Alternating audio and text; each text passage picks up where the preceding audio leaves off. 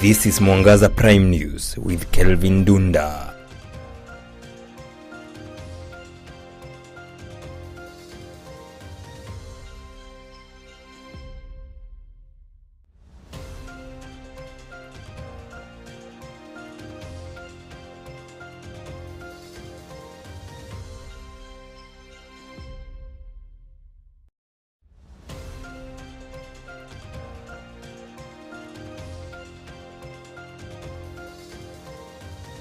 A very good evening and many thanks for joining us tonight for the broadcast right on time. My name is KELVIN_ndunda and our sign language interpreter is Vivian Wangeshi. Many thanks for joining us tonight, and today being 30th of August, actually the last day of the month, the Supreme Court of Kenya started hearing the presidential petition case that was presented in the court. Yesterday we saw the pre-trial conference that was held in the Supreme Court, formulating the timelines and the issues to be discussed and determining the key issues to be actually discussed on the case. The issues on the presidential petition cases and such, and the court outlined 9 key issues that they are going to be discussed during the 7 days of the hearing petition of the 7th bench of the judges. Now the 7 petitions were consolidated into one, since they all had similar orders and they all had similar issues. Then they were merged into the leading petition of Raila Odinga E005 that was presented by Raila Odinga and Martha Karua. We have these and more stories tonight lined up for you. Talk to us on our SMS line number about 2914, on our Facebook Twitter page at mwangazatv, at kelvinndunda. And now, as we start the broadcast, lawyer Philip Murgor, who appeared for Azimio leader Raila Odinga in the presidential petition, says President-elect William Ruto's victory was technologically decided before tallying and verification of Forms 34As at the Bomas of Kenya. While appearing before the Supreme Court, judges hearing the presidential petition, Murgor said the Independent Electoral Boundaries Commission technologically was not secure, confidential, and authentic. Our news reporter Njoki has a comprehensive report. Take a look. Senior counsel Philip Murgor, who is representing Raila Odinga in court in the presidential election petition, has claimed that there was a group of about 50 people somewhere in Karen who had access to the IEBC ICT system and were capturing the results before they were posted in the website. Our submission in this regard is that the technology deployed by the IEBC for the conduct of the 2022 general elections completely failed the standards of a secure, transparent electronic voting system, and thereby yielded what has aptly been described by my colleagues as an unverifiable, inaccurate, and therefore invalid results. Murgor has also said that they have evidence that there was an unknown person who was able to access the IEBC system, as well as downloading the form, change the data, and then upload it again, and that the IEBC system was hacked, while other unknown people got an approval after being given a certificate and regulations with the intention of tampering with the results of the presidency. On behalf of the petitioners, that on the security aspect, there was lack of security. The first instance of that demonstrates this is the operation and use of the IBC and availability to I repeat that again. The first is operation and use of IBC election materials and equipment to identified unauthorized persons. And I'm referring in this regard to the now infamous Venezuelan nationals. I will elaborate on that in a few seconds. The second is the penetration by way of hacking and illegally granted access of the IBC system by known and unknown persons. Murgol has emphasized that the technology was corrupt and deceptive and that the results announced by the IEBC chairman Wafula Chebukati cannot be a reflection of the true will of Kenyans. He mentioned the 3 Venezuelans who were arrested before the election, saying that they had IEBC election equipment and were able to use the system. Our further submission in this regard is that the technology was so inherently corrupted, manipulated, and tainted that the results declared by Mr. Chebukati, the third respondent, cannot be in an objective case said to be representative of the true will of the Kenyan people, as we and as I will demonstrate in my further submissions. He said they had provided evidence to the Supreme Court that some IEBC employees who were not gazetted as electoral officers were allowed to use the system, claiming that Chebukati's personal assistant Dixon Kwanusu was allegedly certifying thousands of Form 34As illegally. The evidence will show that we have provided that there was an illegal, malicious, and unauthorized existence of commission staff who are not officially gazetted and mandated to be part of the electoral process, but who had access. Reporting for Mwangaza Prime News, Supreme Court, I am Leonida Maina.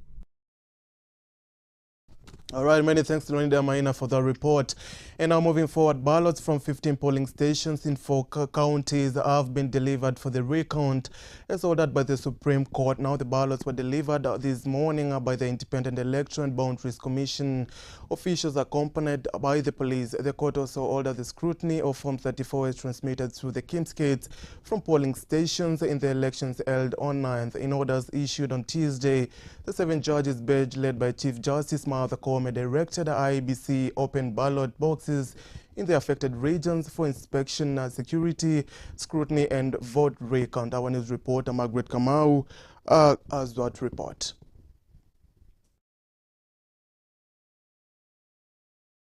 After an order given by the Supreme Court of Kenya of vote recounting in 15 polling stations across 4 counties in the country, which include Nandi County, Kericho County, Nyandarua County and Mombasa County, the activity is ongoing at the Forotha House, which is being expected to complete within 48 hours, and a report tabled in court on Thursday. The duty to tally and verify results from all polling stations and to declare the result. I want the court to take note of the last part of Article 138(3)(c). The IEBC shall tally and verify the count and declare the result, not the results. Results is the numbers. Result, without an S, is the outcome. This is after a petitioner at the court said there were inconsistencies and inaccuracies that affected verification of the presidential results that were announced by the IEBC chair Wafula Chebukati 2 weeks ago. The court says that elections are the surest way through which the people express their sovereignty. Our constitution is founded upon the immutable principle in the sovereign will of the people. It says that, in fact, it is the people and they alone in whom all power resides, be it moral, political, or legal. And so they exercise such power either directly or through their representatives, whom they democratically elect in free, fair, transparent, and credible elections. Therefore, whether it be about numbers, whether it be about laws, whether it be about processes, an election at the end of the day must be a true reflection of the will of the people. And I view legitimacy in 2 ways. That first, it is very important for Kenyans to believe that the decision has been arrived at is legitimate. And the reason for that is because it is in one person they have been asked, or they have asked to delegate their sovereign authority. So they believe that a decision has been reached that is legitimate is very important. And you see that in Article 131. The political legitimacy of that decision is covered in Article 131 of our Constitution. Because Article 131 gives our president 4 powers. He makes him the head of state and government in paragraph A. In paragraph C, it makes him the commander-in-chief. In paragraph D, it makes him the chairperson of the National Security Council. And then in paragraph E, it makes him the symbol of national unity. So of all the 4 things that our president must do, the A is the political legitimacy. Reporting for Mwangaza Prime News, Margaret Kamau. All right, and now moving forward, Julie Soweto, the lawyer representing Raila Odinga and Martha Karua in the presidential petition, said that there were inconsistencies in the results entered in the Form 34F, B, and Form 34C. Form 34 is used to record the presidential results at the polling station level. Form 34B, on the other hand, it was a collation of all Form 34As and were recorded at the constituency tallying centers.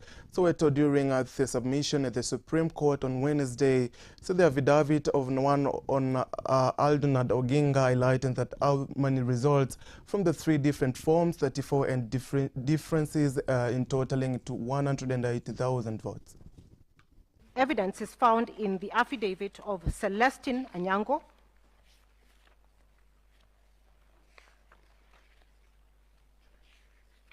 where she shows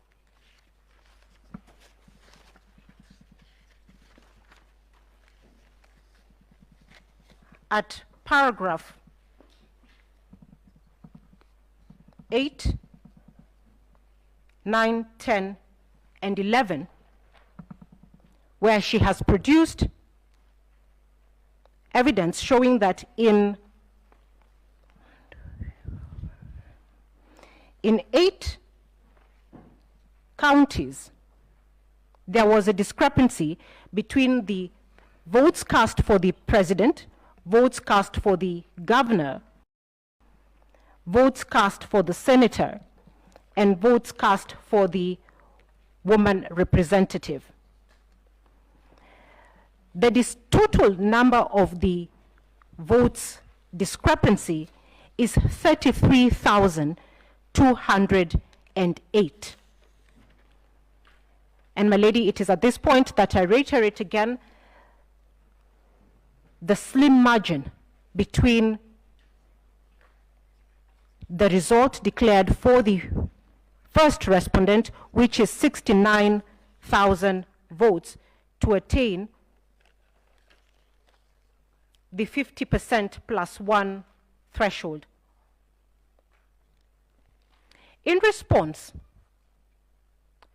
to the discrepancy of the votes that we have highlighted, the IBC's witnesses, Sunkuli,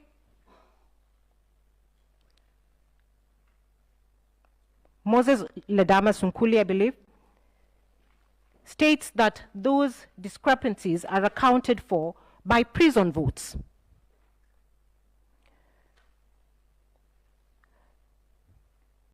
Because prisoners only vote for the presidential candidate.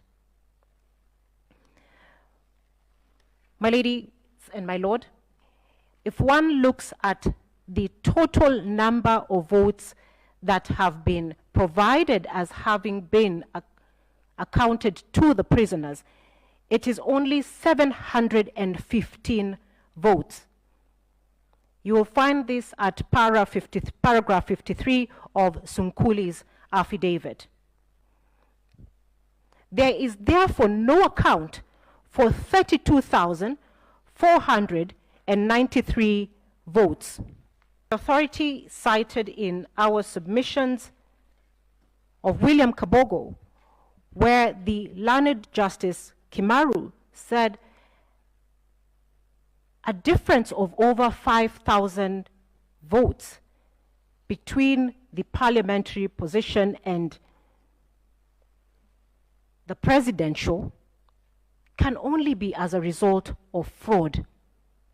My ladies and my lords, would also urge the court to note that at this election, the IEBC had provided a clerk whose sole duty at the polling station was to ensure that voters placed their ballot papers in the right box. And the digital plates were unveiled during the launch of the new number plates at the GSU Reke Squad headquarters in Ruiru, Nairobi yesterday. Now, according to Interior Cabinet Secretary Fred Matiang'i, motorists are required to replace their old number plates within 18 months. Matiang'i insisted that the exercise is mandatory and urged motorists to replace the plates within the stipulated timelines. However, Kenyans have expressed their concerns following the government move. Our news reporter Kelvin Miona has that report. The Ministry of Transport and Interior Security has directed that every motor vehicle owner in Kenya ought to have a digital number plate at a cost of 3,000 starting 1st October 2023. That is 18 months from now. We went to the streets of Nairobi to see what motorists have to say about the Matiang'i directive. Some of the motorists lauded the government initiative, saying that it will curb vehicle theft and insecurity in the country. I support the minister. It's a good view, so we can prepare ourselves. All those people have the vehicles, let them prepare to do the way the minister has said. Kwa maoni yangu, nimeona serikali imetusaidia sana kwa sababu siku hizi vijana wamekuwa wakitumia hizi pikipiki zetu. Saa zingine mtu akija kazi anaitumia, inakuwa mambo mengine kama ya kunyang'anya watu. So kulingana na vile serikali mpanga, itakuwa imetusaidia sana, ndio tujue huyu anafanyia wapi na huyo mwingine anafanyia wapi. And I applaud the Minister of Interior, Dr. Fred, for what he has done. Because for a long period, we have been having fraudsters around the streets. But with the latest introduction of this format, it will be very difficult for one to be swindled out of being sold a car which is not well documented. However, some Kenyans complained of the high cost of replacing the old number plates with the new ones, which go for a whopping 3,000 Kenya shillings for a vehicle and 750 for a motorbike. Kini mambo ya kusema number plate ati 3,000 surely. Hizi magari ziko hiki Kenya ni gari mingi sana. I think hiyo ni a lot of money. Hiyo ni it's like ni kama kukusanya tu pesa. Hiyo ni pesa 4.2 million vehicles in this country na mtu anasema 3,000. Hata wangesema 500 ingekuwa afadhali. Wakenya hawana pesa. Wakenya tumechoka na vitu kuwekwa juu.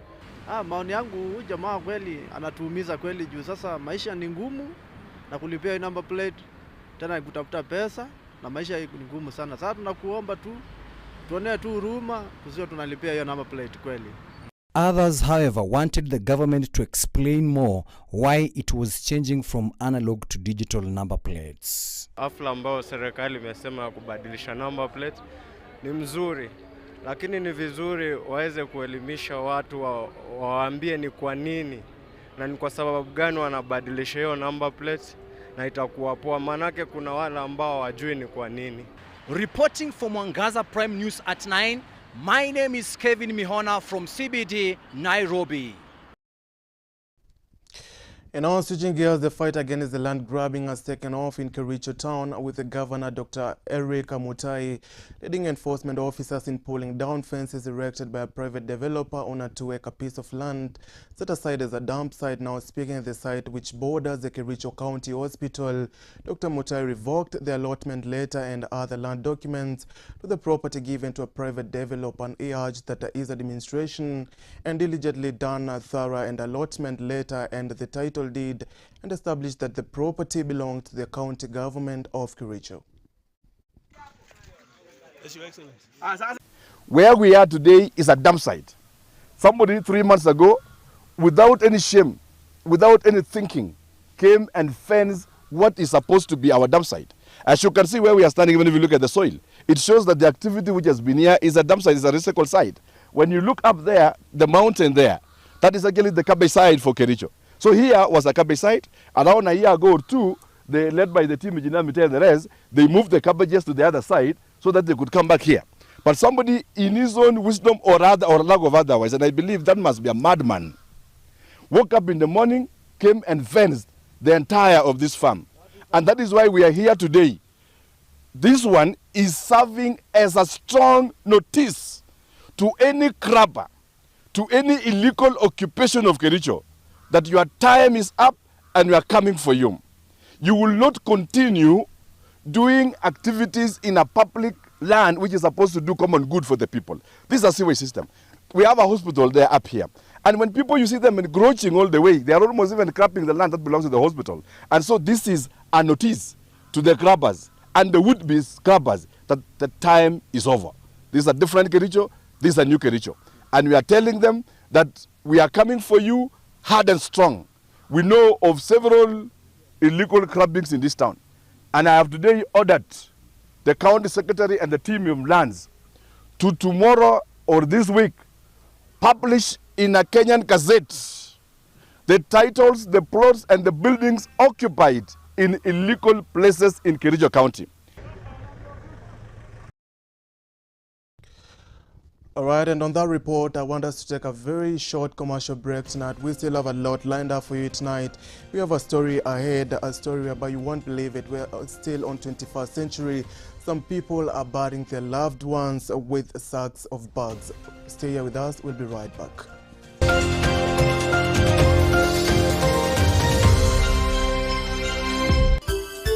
Unatazama Mwangaza TV, tumaini lako.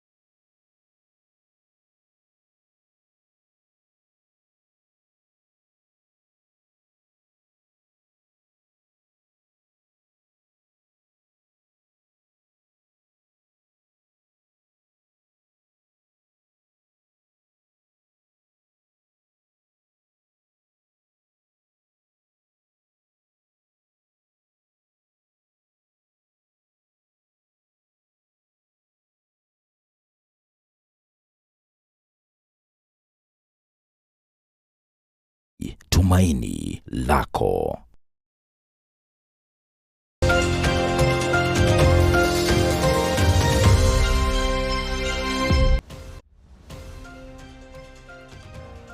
All right, and now it's exactly 25 minutes past the top of the hour. Many thanks for choosing us and staying here with us to inform you tonight. Now, switching gears on another story, Embu Governor Cecilia Mbarire has formed a 6-member task force to come up with the proposals and solutions aimed at reforming the ailing health system. The task force, chaired by the retired former Director of Medical Services at the Ministry of Health, Dr. Francis Kimani, according to the governor, has a mandate of 1 month, within which it is expected to come up with a practical solution towards the revamping of the health sector. Speaking on Tuesday on our office while unveiling the team, the governor said our key emphasis was to enhance timely and quality services in delivery of public services and health facilities across the county.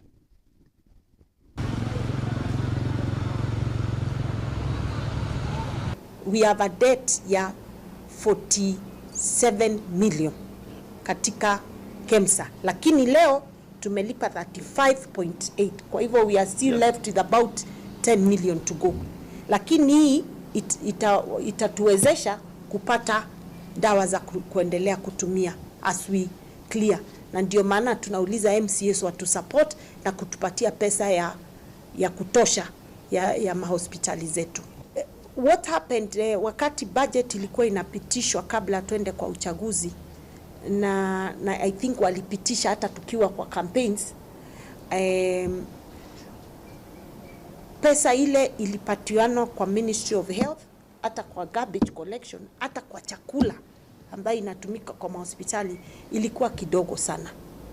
Kwa hivyo hata tukisema tuendelee na hiyo haitatosha, so itabidi turudi tena MCS wakiapishwa, turudi na ile inaitwa supplementary budget, ambapo tutakuwa wauliza waongeze hiyo pesa ndio ifike kiwango ambayo itatuwezesha kuendelea na matibabu mpaka mwisho wa mwaka wa pesa next year, June 2023.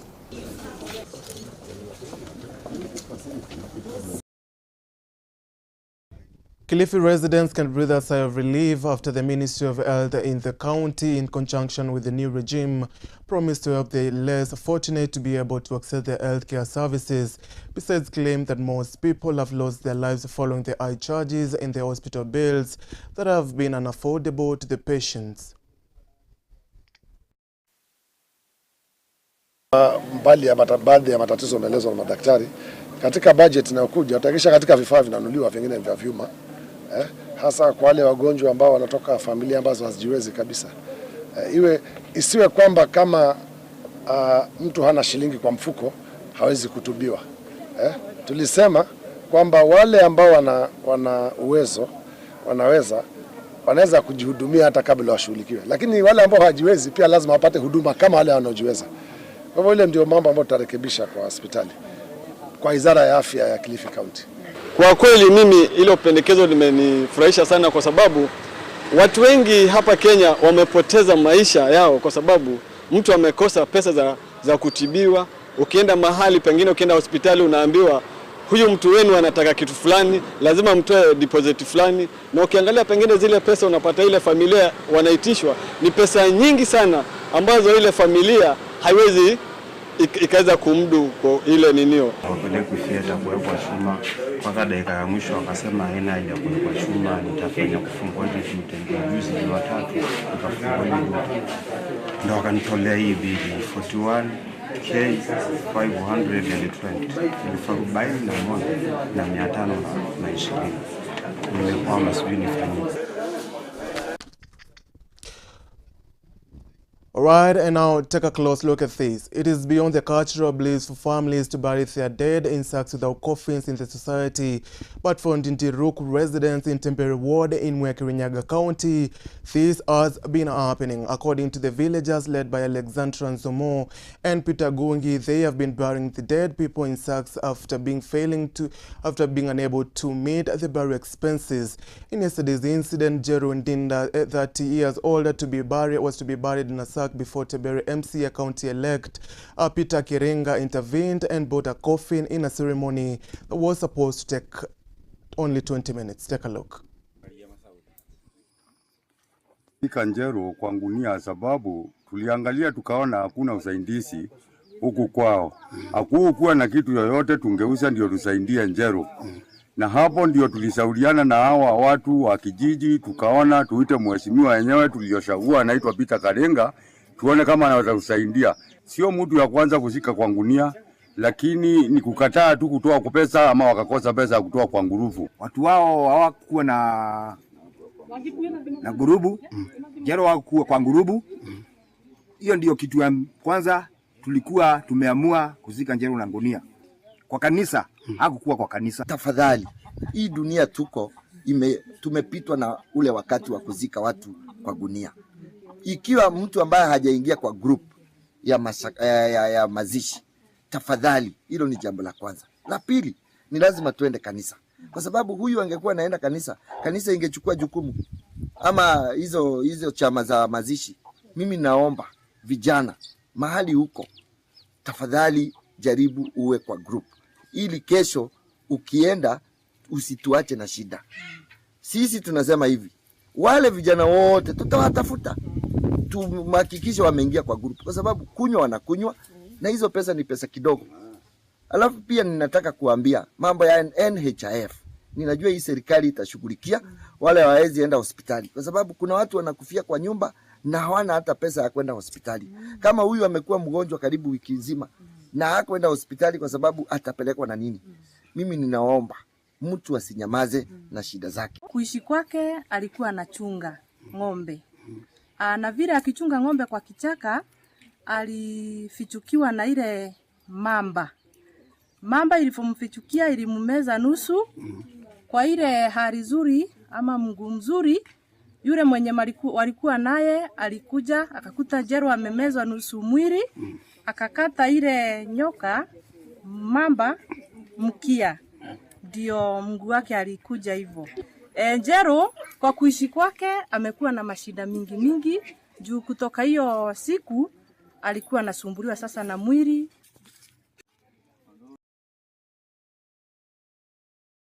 And 3 people died in the road accident along Kisumu-Kakamega Highway after a lorry ferrying sugar lost control and rammed into the pedestrians. The evening accident that happened at Mamboleo Junction also left 2 people seriously injured and were rushed to Jaramogi Oginga Odinga Teaching and Referral Hospital. And the regional traffic boss Joseph Nganga says the 2 all died on the spot, included a woman and 2 men.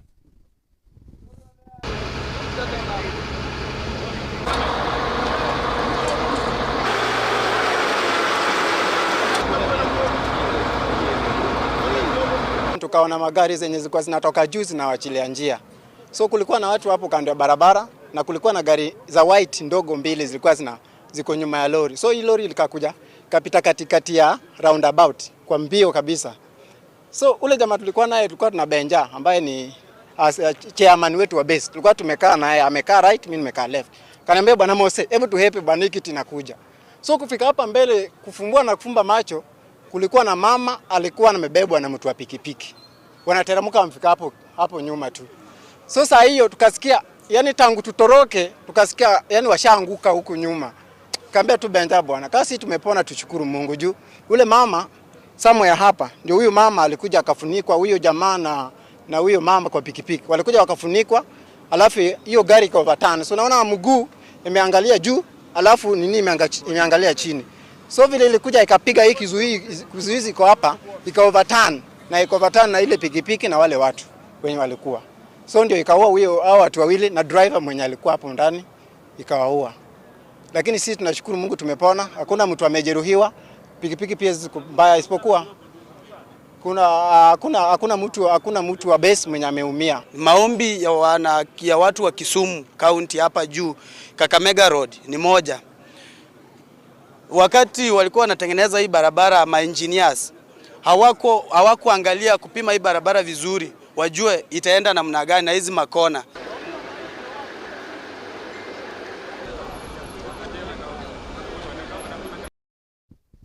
The PCA Wendani Primary School CBC Grade 3 students have contacted the works of charity by visiting Everlasting Children's Home, where they donated foodstuffs and clothing, embracing patriotism and caring for the less fortunate in the society. Our news reporter Phyllis Bogo has that report.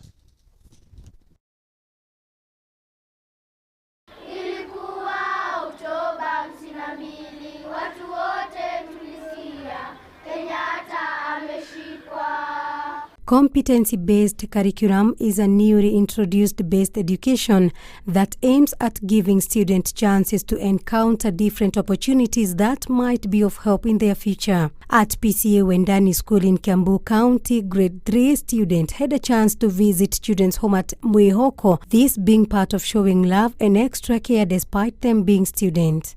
According to Stanislas Ndeto, who is the principal PCA Wendani, said that CBC has brought parents closer to their students, making it easier for students to complete their assignment, and also it has created a room for opportunities. My name is Stanislas Ndeto, the principal PCA Wendani Academy. Making a comparison between the 844 system and the CBC, we can really say there are a lot of differences. We appreciate the CBC because it nurtures to every learner's potential, as opposed to the competition-based the 844 was all about. Here, we measure on every child and their potential, what every learner is able to do, and we nurture that. We appreciate that. The CBC is built up in the 7 pillars, and one of the pillars of the CBC is citizenship. So learners, they are taught on how to be patriotic as much as possible. So one of it, to be patriotic, is to make sure they love their country. By so doing, we even expose them to sharing with the community as far as that is concerned. Today they had an event on where they were to visit a children's home, and I'm sure that was to teach them community service, among other things. Elizabeth, who is a grade 3 teacher, said that parents has given them full support, bearing in mind that the kids have already adopted the system. Unlike 844, which was catering for the only those who had abilities, that is. Then it involves parental, that is parental involvement. Unlike 844, whereby it was only to teacher and pupil, but now parents are involved to help and guide learners where necessary. So we have our part. Parents have their part, pupils have their part. According to the student, they said that this CBC system has given them chance to meet different people with different ideas, like today when they paid a visit to one of the children's home in Mwihoko. Naitwa Ryan Nganga. Alafu tulikuwa tumeenda children's home kuwapea chakula. Some activities usually are in art and craft. We made a shaker. We get to make more things and learn more. Reporting from Mwangaza Prime News at 9, I am Phyllis Bogo. Many thanks our news reporter Phyllis Bogo for that comprehensive report, and we call it a wrap tonight on that news bulletin. But before we do that, this is my take tonight. Now the 7th panel of judges led by President of the Supreme Court, Lady Justice Martha Koome, they have 7 days to determine the final ruling and the lifting on the lid whether William Ruto was duly elected as the 5th president, and whether Independent Electoral Boundaries Commission conducted a free, fair and credible election. Remember, the parties have a representation in terms of the legal team, full representation in the court in terms of the lawyers representing every party in the court.